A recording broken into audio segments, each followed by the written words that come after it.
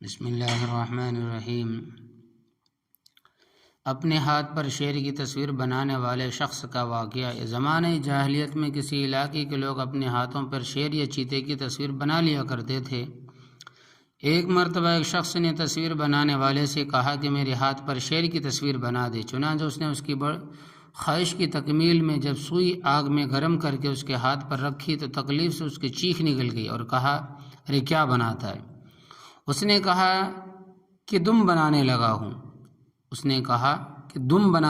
ہوں۔ پونچھ بنانے لگا ہوں۔ کہنے لگا کہ ارے بغیر دم کے بھی تو شیر بن سکتا ہے نا بھائی۔ اس مصور نے دوبارہ سوئی آگ میں گرم کی اور اس کی کھال پر رکھی۔ پھر وہ چلائے اور کہا، ارے اب کیا بناتا ہے؟ مصور نے کہا کہ اب کان بناتا ہوں۔ کہنے لگا کہ ارے ظالم، بغیر کان کے بھی تو شیر ہو سکتا ہے۔ مصور نے پھر سوئی گرم کی اور اس کی کھال پر رکھی تو یہ پھر چیخا، اب کیا بناتا ہے؟ اس نے کہا کہ اب شیر کا پیٹ بناتا ہوں۔ اس نے کہا کہ رہنے بھی دے، بغیر شکم ہی کے شیر بنا دے، یعنی بغیر پیٹ ہی کا شیر بنا دے۔ اس نے کون سا کھانا کھانا ہے؟ تو اسی طرح جب سر بنانے سے بھی اس نے انکار کیا تو مصور نے غصے سے جھنجھلا کر سوئی پھینک دی اور کہا، دور ہو جا، نکل جا یہاں سے۔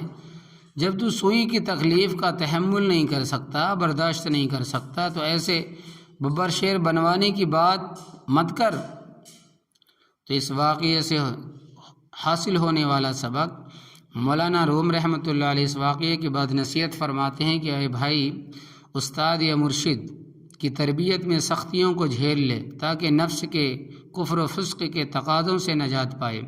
اگر تو دن کی طرح روشن ہونا چاہتا ہے تو اپنی ہستی کو پہلے رات کی طرح فنا کر دے، یعنی جس طرح رات کے فنا ہونے سے دن روشن ہوتا ہے، اسی طرح اگر تو نفس کے برے تقاضوں کی اصلاح کسی مرشد کامل سے کرا لے گا تو گویا اس کی ظلمت و تاریکی فنا ہو جائے گی اور تیری حیات تعلق مع اللہ کے نور سے روشن ہو جائے گی۔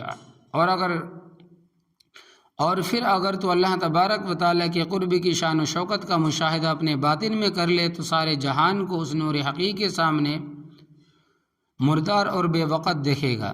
تصویر کشی اسلام میں حرام ہے، لیکن مولانا روم رحمۃ اللہ علیہ نے اس حکایت میں زمانہ جاہلیت کا واقعہ بیان فرمایا، جس سے مقصود مولانا کا اللہ کے راستے میں چلنے والوں کو اس بات کی ہدایت دینا ہے کہ اگر مرشد کامل متبع سنت شیخ تمہاری اصلاح کے لیے دار و گیر اور کچھ سختیاں کرے، تمہارے استاد تمہارے ساتھ کچھ سختی کرے تو اس کی 1000 ڈانٹ ڈپٹ کو خوشی خوشی برداشت کر لو تاکہ تمہارے اندر اعمال صالحہ، اخلاق حمیدہ راسخ اور مضبوط ہو جائے۔ اگر شیخ کی ہر ڈانٹ سے تمہاری سینے میں کینہ بھر جائے تو بغیر رگڑے ہوئے کس طرح آئینہ بن سکتے ہو؟ چند دن کی تکلیف برداشت کر لو، پھر دیکھنا کہ راحت ہی راحت ہے۔ تو اس واقعے سے ہمیں سبق ملتا ہے کہ اگر ہمیشہ کی کامیابی اور اللہ کا قرب خاص اور جنت کی نعمتیں حاصل کرنا چاہتے ہیں تو پھر نفس کی وہ تکلیف برداشت کرنا پڑے گی جو اللہ تبارک و تعالیٰ کے احکامات پورے کرنے اور حرام کاموں سے بچنے میں اس کو ہوتی ہے۔